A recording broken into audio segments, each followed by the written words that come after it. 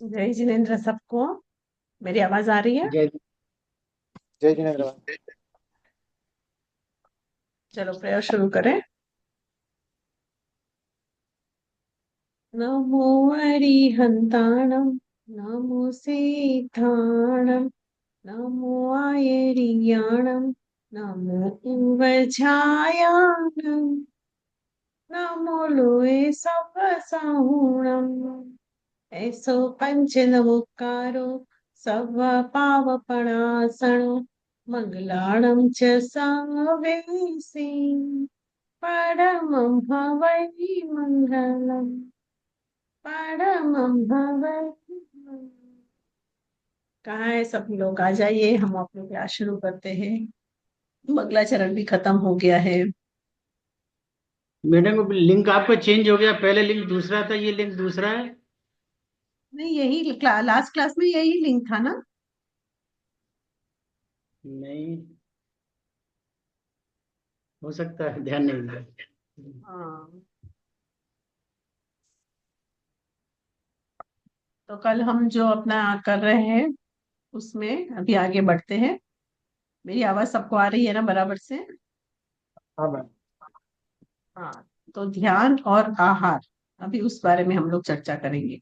जो सारे टॉपिक की चर्चा चल रही है उसमें अभी हम नेक्स्ट जो जाएंगे वो, अगर ध्यान कर रहे हैं तो ध्यान संबंधित जितना इफेक्ट मन पे पड़ता है ना, उतना इफेक्ट हमारे शरीर पे भी पड़ता है ध्यान ध्यान का। तो हम शरीर की स्वस्थता करते हैं तो मन की स्वस्थता भी बनती है, क्योंकि एवरीथिंग इज कनेक्टेड नो। तो हम क्या खा रहे हैं, कैसा खा रहे हैं, कैसा भोजन है हमारा, सात्विक है कि नहीं है, तो वो सारी चीज भी हमको ध्यान करने में मदद करती है, उसका भी इफेक्ट बहुत पड़ता है। तो अब जब शरीर की स्वस्थता से मन की स्वस्थता बनती है, और मन की स्वस्थता से क्या होता है, ध्यान में इफेक्ट पड़ता है ना। मस्तिष्क जो है ना वो भार से मुक्त हो जाता है, और जितना अधिक वो भार से मुक्त हो जाता है तो उतना अधिक वो क्या होता है, शुद्ध हो जाता है। और जितना शुद्ध होता है तो उतना हमें आध्यात्मिक मार्ग पे आगे बढ़ने का अच्छा अवसर रहता है। तो इसीलिए क्या कहा है कि इसकी शुद्धि के लिए भोजन पर भी हमें बहुत ध्यान देना चाहिए कि हम क्या खा रहे हैं, कैसा खा रहे हैं, कितना खा रहे हैं। बहुत खाने से भी हमको आलस आ जाता है, फिर नींद आती है, तो मतलब तो भी हम साधना नहीं कर सकते। तो इस और बहुत कम खाए तो भी बहुत जनों को एनर्जी नहीं रहती है। तो आदमी अगर भरपेट खाए ना तो भी ध्यान नहीं कर सकता। और जो ध्यान करना चाहता है ना उसको क्या करना पड़ता है, पेट को हल्का फुल्का रखना चाहिए, थोड़ा कम खाना चाहिए। तो अगर आयुर्वेद में देखें ना, तो अपने जो हम खाते हैं ना वो अपनी भूख के हिसाब से। तो वो आजकल तो हम घड़ी देके खाते हैं कि लंच टाइम हो गया चलो खा लो, ये बाहर जाना है तो चलो खा लो।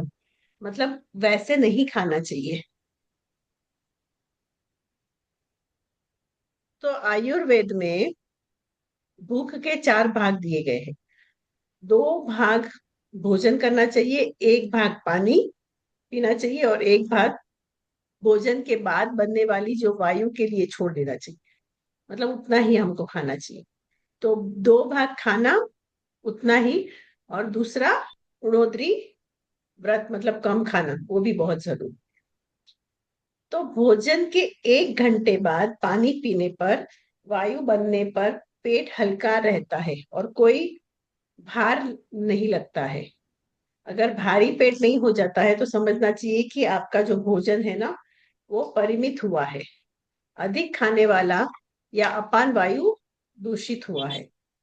तो अगर ऐसा दोष हो जाता है तो मानसिक और बौद्धिक निर्मलता नहीं होती। और अगर बहुत हम खा लेना, पेट बहुत ज्यादा भर जाए, तो वहां डाइजेशन भी नहीं हो सकता। तो इनडाइजेस्ट फूड होने की वजह से बहुत सारी बीमारी आ सकती है, क्योंकि पेट ही है जहां से सारे रोग की उत्पत्ति होती है। हमारा मुख्य जो शरीर में रोग आते हैं ना वो पेट से ही आते हैं। और जो गैस बन जाती है, वो सारी चीजें होती है ना, इंडाइजेशन हो जाता है, फिर उसकी वजह से अपच हो जाता है, और एक के बाद एक के बाद एक सारे प्रॉब्लम्स बढ़ते ही रहते हैं। तो इसीलिए हमें बहुत ही ध्यान रखना चाहिए कि हम क्या खा रहे हैं, कितना खा रहे हैं, कैसा खा रहे हैं।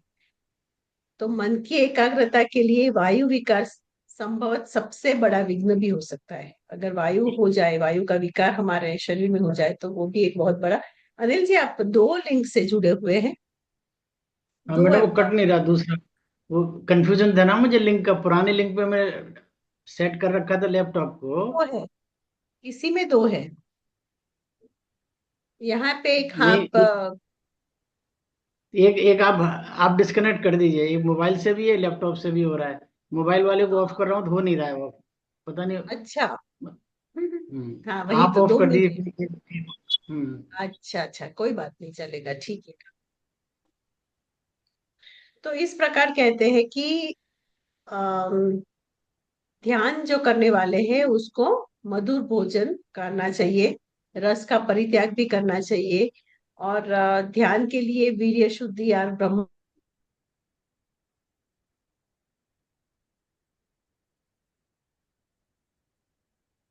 आवाज नहीं आ रही हेलो, है। आवाज नहीं आ रही मैम मैडम? आवाज नहीं आ रही।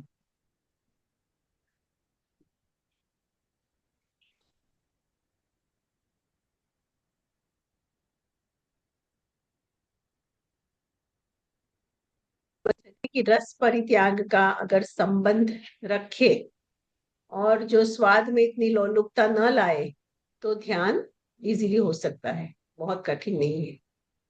तो इसीलिए ध्यान के अभ्यास के लिए हम लोग ने ये सारी चीजों को ध्यान रखना चाहिए। और भी चीजें हैं जो हमें ध्यान के लिए समझनी चाहिए, कि सबसे पहला उसमें क्या कहा है कि ध्यान अभ्यासी के लिए अधिक मात्रा में दही खाना उचित नहीं है। उससे क्या होता है, दही ज्यादा खा लेते हैं तो आलस्य। क्या होता है, किसी को पता है? विकार उत्पन्न। हाँ, और शारीरिक और बौद्ध की भी, मतलब जहां पे बौद्ध मिलता है ना, बुद्ध, वहां पे भी जड़ता आ जाती है।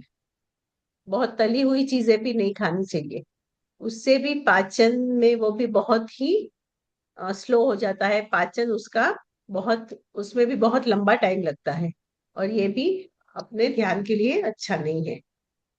और बहुत मीठा भी नहीं खाना चाहिए, बहुत, जिससे अगर चीनी की मात्रा बढ़ जाती है रक्त में, तो उससे क्या होता है, गर्मी बढ़ जाती है, और गर्मी बढ़ने के कारण कुछ उत्तेजना होने लगती है। इसीलिए चीनी भी बहुत ही संयमित रूप से यूज करना चाहिए।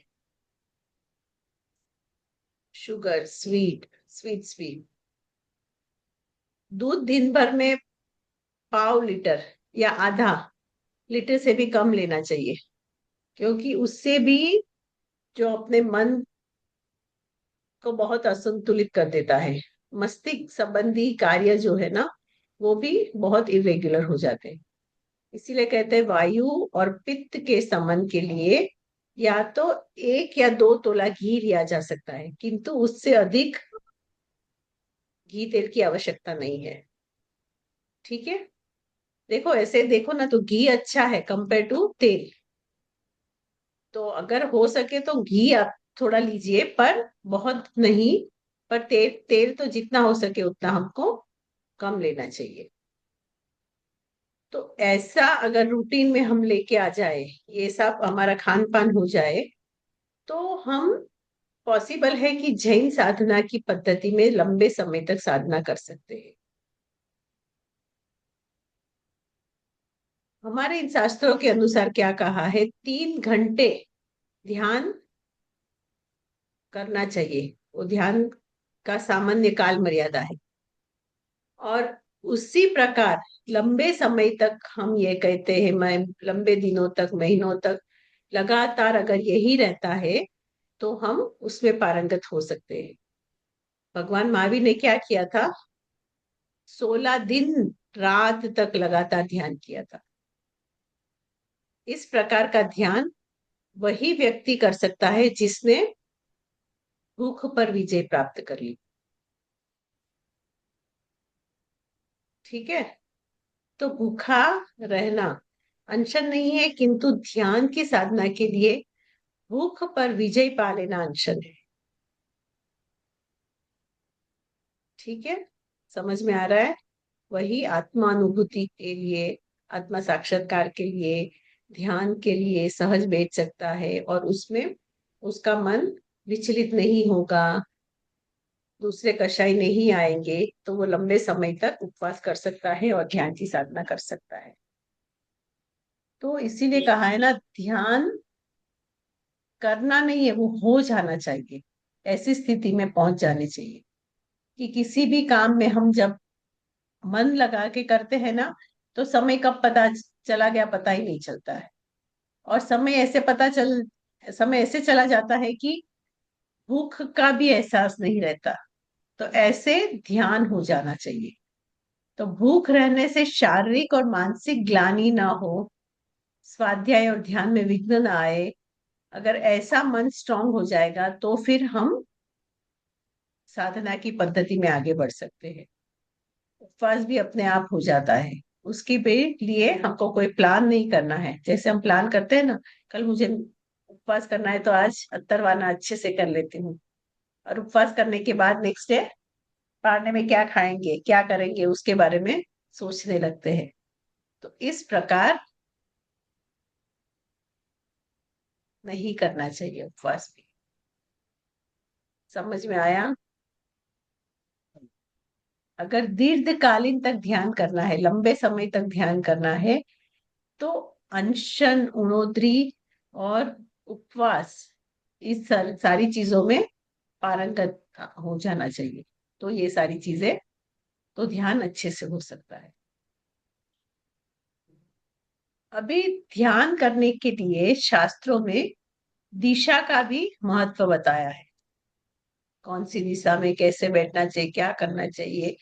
तो चाहे हम लोग ध्यान करे या उसके पहले के कोई भी कार्य, शास्त्र अभ्यास करे, अध्यास स्वाध्याय करे, प्रतिक्रमण करे, सामायिक करे, कितनी सारी एक्टिविटीज है ना, जिनेन्द्र भगवान की पूजा करें, कुछ भी धार्मिक क्रिया करे ना, तो मुख्य रूप से शास्त्रों में यह बताया गया है, पूर्व दिशा या उत्तर दिशा की ओर हम बैठ के करेंगे तो वहां का विधान दिया हुआ है।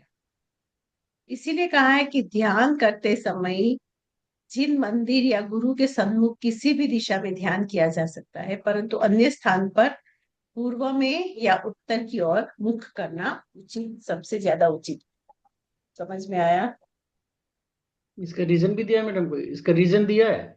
जैसे वेदांत में तो कहते हैं कि इंद्र रहते हैं उधर इसलिए ऐसा करते हैं।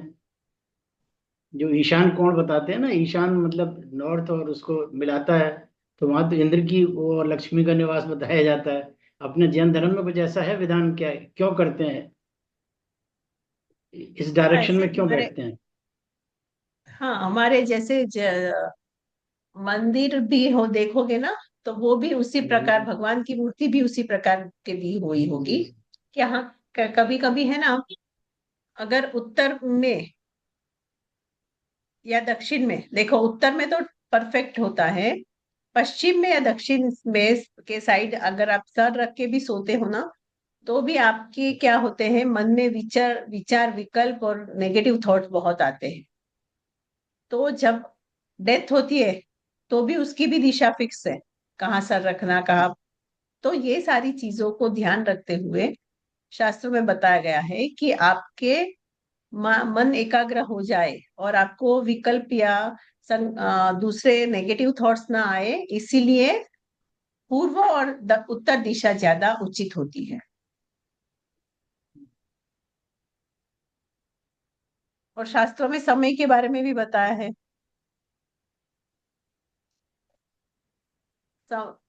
स- ध्यान करने का मुख्य समय कौन सा बताया है पता है?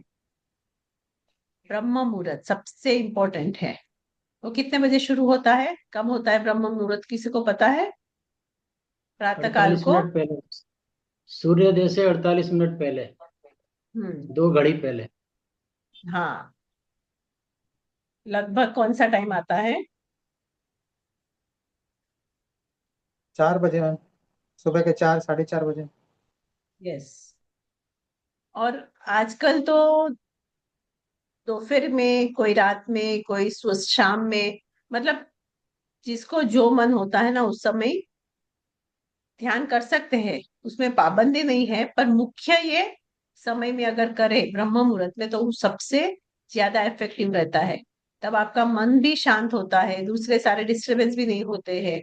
तो यहाँ उस समय ध्यान करना बहुत ही अच्छा है। ठीक है।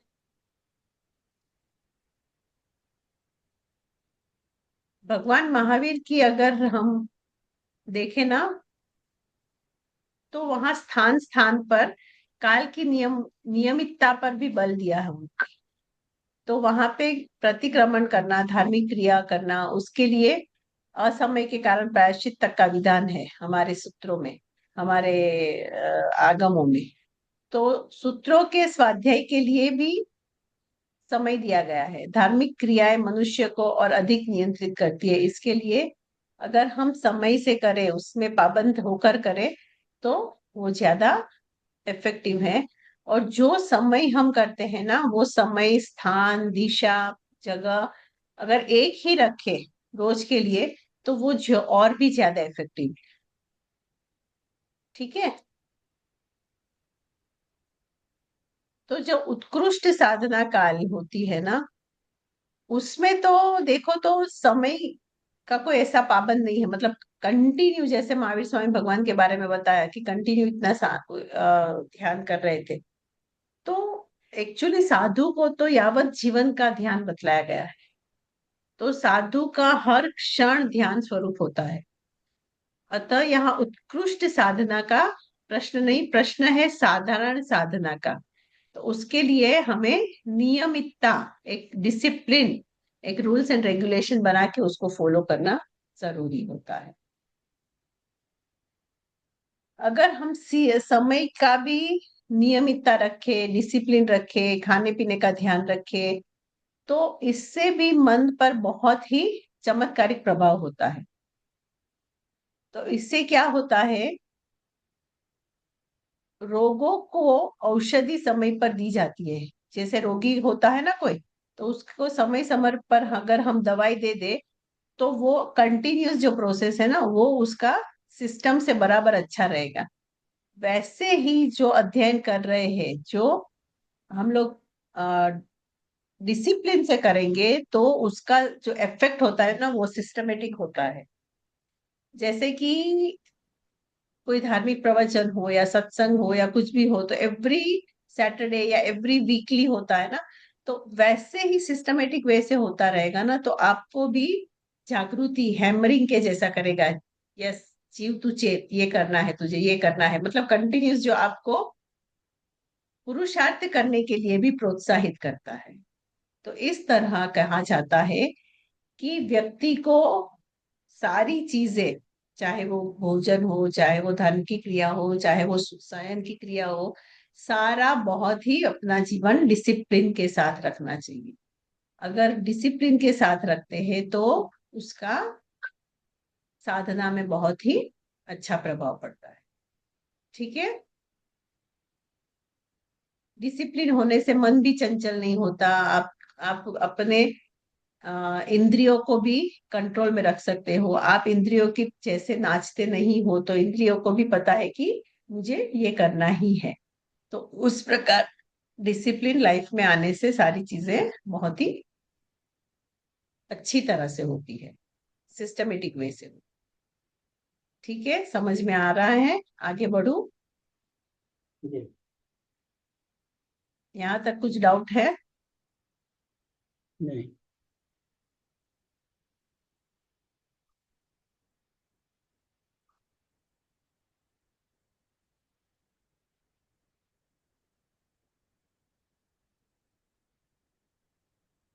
इस रिलेटेड और कुछ डाउट है? नहीं तो ये हम यहाँ पे ही हमारा ये टॉपिक समाप्त होता है। और ध्यान करने के लिए तो अलग अलग पहाड़ों पे जाना, या ब्रह्म मुहूर्त में करना, या जो सूर्यास्त या सूर्योदय का जो समय है उस उसमें भी आगे पीछे वो करना, तो वो भी बहुत परफेक्टली होता है। तो नेचर में जाके करना, तो ये सारी चीजें बताई गई है। प्रभात के समय अगर हम लोग करते हैं तो वो श्रेष्ठ रूप इसके लिए भी माना जाता है कि वहां पे और कोई डिस्टरबेंस नहीं है, हिंसा क्रूरता नहीं होती है, दूसरे के साथ कोई संपर्क नहीं है, कोई कटु भाषण नहीं है, मतलब बातचीत नहीं होती है। तो आप जो है ना, instead of diverting your mind, you will be able to concentrate very fast.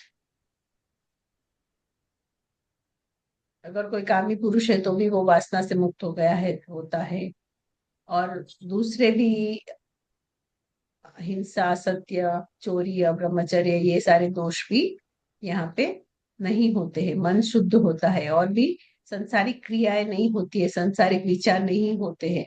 इस टाइम तो जनरली सब लोग फ्री होते हैं, तो दूसरे भी कोई भी विषय विचार करने का वहां पे जरूरी नहीं है। तो इसलिए ये सारी चीजों को ध्यान में रख के हमको ध्यान करना चाहिए। ठीक है?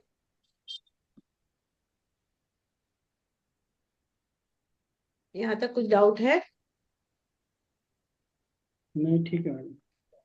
आगे बढ़े। जी। हाँ। नेक्स्ट हमको कौन सा टॉपिक करना है?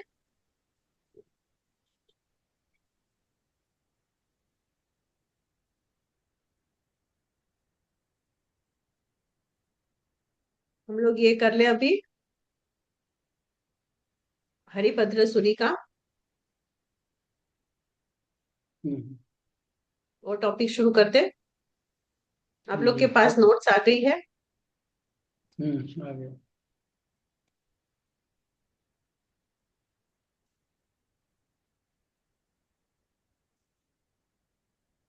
योग दृष्टियां और योग के 5 प्रकार। हाँ, आप लोग ने प्रिंट निकलवा ली? जी। बराबर है। तो योग शब्द और योग की जो दृष्टियां हैं और उसके जो प्रकार है ना, वो हरिभद्र सूरी जी ने बहुत ही अच्छी तरह से अपने आगमों में बताया है। तो योग के बगैर ध्यान पॉसिबल नहीं है, क्योंकि योग क्या है? मन, वचन और काया की तीनों की जो एक्टिविटी होती है ना, उसे योग कहते हैं। अभी मन, वचन और काया जो हमने अभी पढ़ा ना, तो उस हेलो। तरह से अगर ये सारी चीजों को भी हमें ध्यान में रखना है,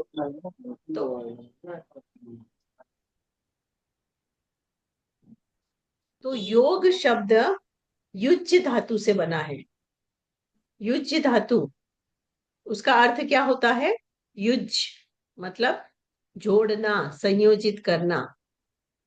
ठीक है? और उसका दूसरा अर्थ है मन स्थिरता। तो सामान्य रीत से हम योग देखें तो योग का अर्थ मानसिक स्थिरता करना है, जोड़ना है, और लक्ष्य जो अपने को साधना है ना, उसमें किस तरह से साधना, उसको कैसे उसके साथ संपर्क में आना, जुड़ के, संयोजित होके। तो इस प्रकार इस शब्द का उपयोग भारतीय योग दर्शन में बहुत ही उत्कृष्ट रीति से समझाया गया है। और उसका मुख्य उद्देश्य क्या है, योग का भी और भारतीय दर्शन का भी मेन गोल क्या है? What is the main concept, why the people do sadhana? किस लिए करते हैं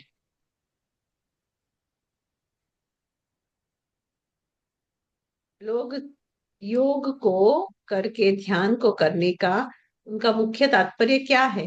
what is the reason behind मुक्ति। इट? क्यों करते हैं? मुक्ति। मुक्ति।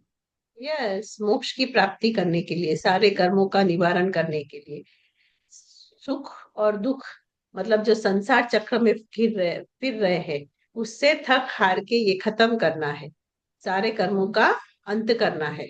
तो इसीलिए ये मुक्ति का इम्पोर्टेंस दिया गया है, इसीलिए ये ध्यान और साधना की पद्धति को हमको समझना है।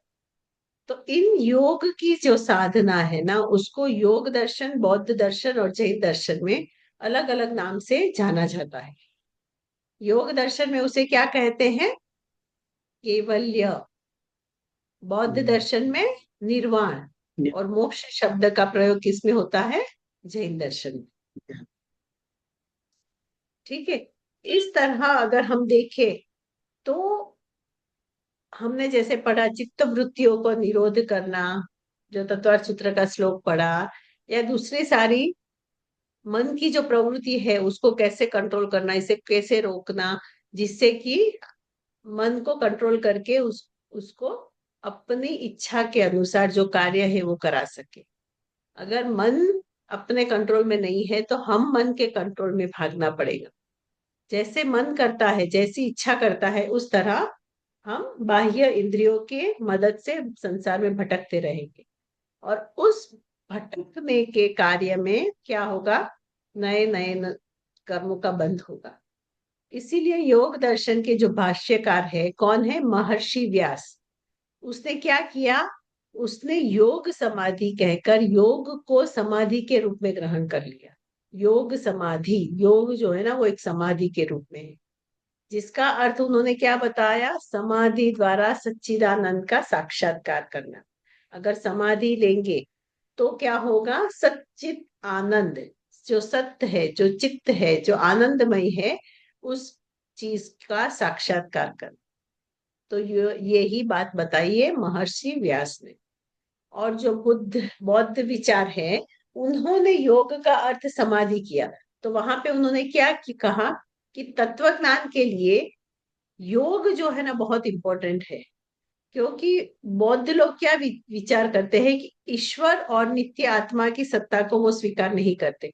आत्मा नित्य है वो स्वीकार नहीं करते। वो क्षण क्षण अनात्मवादी, बौद्ध दर्शन को अनात्मवादी भी कहते हैं ना, तो आत्मा की नित्यता को भी वो स्वीकार नहीं करते हैं। तो वो क्या कहते हैं? दुख से निवृत्ति होना और वही निर्वाण लाभ होता है अकॉर्डिंग टू बौद्ध दर्शन। पर जबकि जैन दर्शन के अनुसार उसकी परिभाषा क्या दी गई है? कर्मों की निर्जरा। हाँ, मन, वचन और काया, शरीर से, वाणी से और मन से हमें क्या करना है? कर्मों को पहले संवर करना है। और ये कर्मों को संवर करने का कार्य कौन करता है? योग में जो हम स्थिरता लाते हैं। और यही पतंजलि का योग शब्द संवर शब्द का समानार्थक ही है। उन दोनों का अर्थ एक ही है। समझ में आया? अभी देखो, जैन योग को आचार्य हरिभद्र जी ने जो बताया है, तो हमने जैन हिस्ट्री के पेपर में आप लोग ने पढ़ा था ना, हड़प्पा, मोहनजोदड़ो और एंटिक्विटी के अलग अलग जो मुद्राएं मिले थी, अलग अलग तो ध्यान अवस्था की मूर्तियां मिली थी। तो वो सारी मूर्तियां ज्यादातर कौन से मुद्रा में थी? ध्यान मुद्रा में थी। कायोत्सर्ग। अच्छा। कौन सी मुद्रा में थी? मेरी आवाज आ रही है आप लोग को? यहाँ पे इंटरनेट कनेक्शन कायोत्सर्ग। थोड़ा लो दिखा रहा है। अगर आवाज ना हाँ, आए ब्रेक मेरी कर तो आप रही, बता देना। ब्रेक कर रही है बीच। ब्रेक हो रही है ना? हाँ, इसीलिए यहाँ पे दिखा रहा है। अभी बराबर है? हम्म। जी आ रही है, अभी अब आ रही बराबर है आवाज? आ रही, बराबर आ रही है। हाँ आ रही है, आ रही है। हाँ। तो यहाँ पे उसी प्रकार से जो एंटिक्विटी के चैप्टर में हमने देखा था, तो ज्यादातर वहां पे जो मूर्तियां मिली थी, और पटना के नजीक लोहानीपुर में भी जो मूर्तियां प्राप्त हुई थी, वो सारी कायोत्सर्ग के मुद्रा में ही थी। तो इस बात की पुष्टि यहाँ पे इस तरह होती है कि जैन में योग का बहुत महत्व दिया गया है। जैन परंपरा में योग शब्द का पतंजल योग दर्शन सम्मत सर्वप्रथम प्रयोग किसने किया था? आचार्य हरिभद्र जी ने। तो योग को उन्होंने क्या किया था परिभाषित करने के लिए और मोक्ष प्राप्ति के लिए एक धर्म क्रिया का विशुद्ध व्यापार, विशुद्ध विशुद्ध साधन बताया गया था। तो उन्होंने क्या कहा कि धर्म व्यापार योग है। जो यम, नियम, प्राणायाम, प्रत्याख्यान, वो सारी चीजें होती है ना, तो उससे क्या होता है, जीव के जो भाव है, उसके जो परिणाम है, उसको वो सत्य के प्रति आकर्षित करता है और उसको शुद्धि की तरफ लेके जा सकता है। तो इन सारी चीजों को करने का मुख्य उद्देश्य क्या है? मन, वचन और काया को कंट्रोल में रखना। और उसको जब मन, वचन, काया को कंट्रोल में रखते हैं तो क्या होता है? कर्म का संवर होता है और कर्म की शुद्धि होती है। तो यहाँ तीन समिति, तीन गुप्ती, तो वो सारे आचार के अंतर्गत आ जाते हैं। तो जब ये सारी चीजें होती है तो उसे कहते हैं उत्तम योग। बराबर है? और उत्तम योग क्यों करना है? उससे संयम जो है ना, वो और भी स्ट्रांग होता है और योग भी आत्मा की तरफ ही विशुद्ध होते जाता है, जिससे क्या होता है, जीव जो है ना अपनी उच्च अवस्था को प्राप्त कर सकता है। जिस प्रकार गुण स्थान दिए गए हैं ना, तो जीव पहले गुण स्थान से लेके 14वें गुण स्थान की जो पूरी बातें बताई है, तो वहां पे चौथे गुण स्थान में जीव का क्या होता है? सम्यक दर्शन की प्राप्ति होती है। और उससे आगे जैसे जैसे जीव बढ़ता जाता है, तो जैसे जैसे, तो ये सारी चीजें तो उसके पहले की है। पर ध्यान की अवस्था में जब हम 8वें गुण स्थान में होते हैं, तब क्या होता है? 2 श्रेणियां होती है। आप लोग ने पढ़ा था ना, वो श्रेणियों को क्या कहते हैं? किसी को नाम याद है? छप्पक श्रेणी। उपशम छप्पक श्रेणी और श्रेणी। श्रपक श्रेणी। जी। उपशम और श्रपक।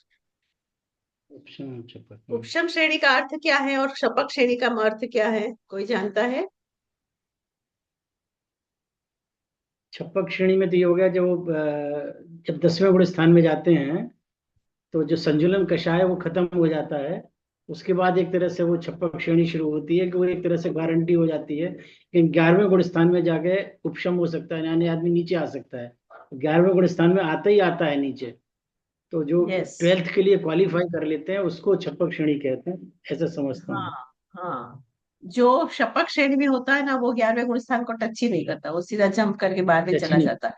पर मैं तो 8वें गुण जी। स्थान की ही बात कर रही हूँ, जहां से उपशम श्रेणी और शपक श्रेणी शुरू हो जाती है। मतलब शुरू। मैं तो अभी पूछ रही कि उपशम का अर्थ क्या है और शपक का अर्थ क्या है, उसका मीनिंग क्या बताया है? उपशम मतलब दबाना। उपशम का मतलब दबाना, सप्रेस करना हाँ, किसी जब चीज को। वृत्तियों को दबा के जीव आगे बढ़ता है ना, उसको पूरा हम्म। जड़ मूल से क्षय नहीं करता है। तो ऐसा पॉसिबल है कि जो दबा के भाव आप आगे बढ़ते हो, जहाँ पे त्याग और वैराग्य जितना होना चाहिए, जड़ मूल से उसको नहीं निकाला है, तो वापस उसका उदय आ सकता है, वापस वो आएगा। जैसे आगमों में हमारे एग्जाम्पल दिया हुआ है कि गंदा पानी है तो उसमें फिटकड़ी, एलम, वो फिराते हैं ना, तो उससे क्या होता है, जो पानी में जो कचरा था वो बैठ जाता है। पर वो हम्म। पानी को अगर दूसरे भगोले में निकाला नहीं, तो देर आर द चांसेस कि वो वापस किसी का हाथ लगे या किसी के ठेस लगे, तो वापस वो पूरा पानी गंदा हो सकता है। तो वो जो श्रेणी है उसे उपशम श्रेणी कहते हैं। पर जब हम वही पानी जो साफ ऊपर हो गया है, उसको दूसरे भगोले में निकाल दे, तो वहां पे वापस ऐसे भाव उदय होने के चांसेस ही नहीं है। वो पानी पूरा प्योर हो गया, तो उसे बोलते हैं, कर्मों का क्षय करके जब जीव आगे बढ़ता है तो उसे शपक श्रेणी कहते हैं। तो ये उपसम श्रेणी और शपक श्रेणी जो है, वो दोनों चीजों की वजह से ही जीव को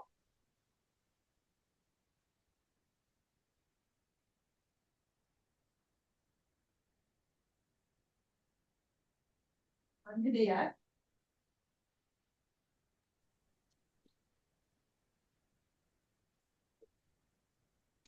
ठीक मेरा है। छप्पक श्रेणी कौन से गुण स्थान से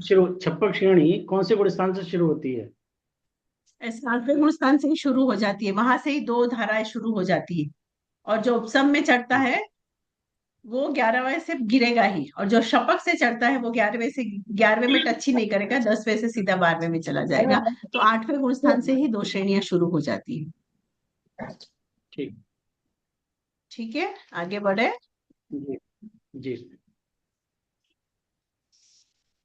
फिर आचार्य हरिभद्र और योग बिंदु ने क्या क्या कहा है, उसके रिलेटेड हम यहाँ पे और भी चीजें देखते हैं।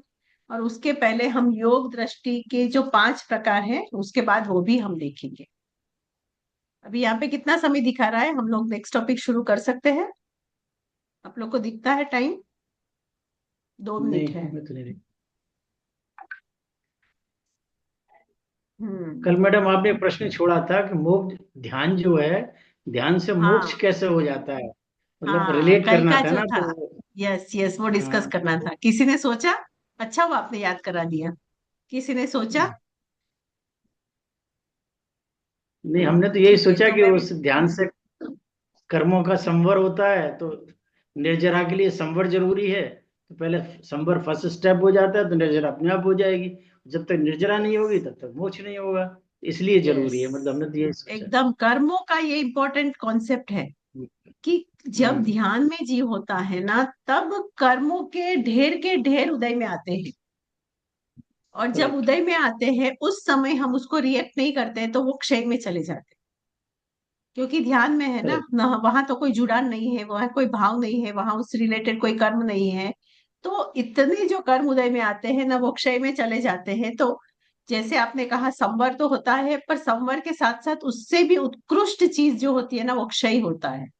कर्मों का क्षय बहुत ही बड़े पैमाने पे होता है। जैसे एक एक अभी कोई एक कर्म उदय में आया है ना, वैसे नहीं होता है। वहां पे इतने सारे कर्म एक साथ उदय में आने के कारण वो प्रोसेस भी इतना फास्ट हो जाता है, और फिर वापस समुद्घात भी करते हैं ना। तो उस हिसाब से भी बहुत कर्मों का क्षय एक साथ हो जाने के कारण ध्यान का बहुत इंपॉर्टेंस दिया गया है जैन धर्म में। एकदम एकदम सच्ची बात है आपकी। तो यही कारण है कि ध्यान बहुत इंपॉर्टेंट है। और समुद्र आपने घाट तो अच्छा याद मैडम किया। केवल ही करते हैं ना, समुद्र घाट के लिए तो केवल अवस्था प्राप्त करना जरूरी है ना, तभी होगा समुद्र घाट। तभी होगा। और ये सारे कर्म के जो उदय जो आते हैं ना, और उसकी निर्जरा में जाते हैं, तो वो भी बहुत उत्कृष्ट आगे के स्टेज की बात है।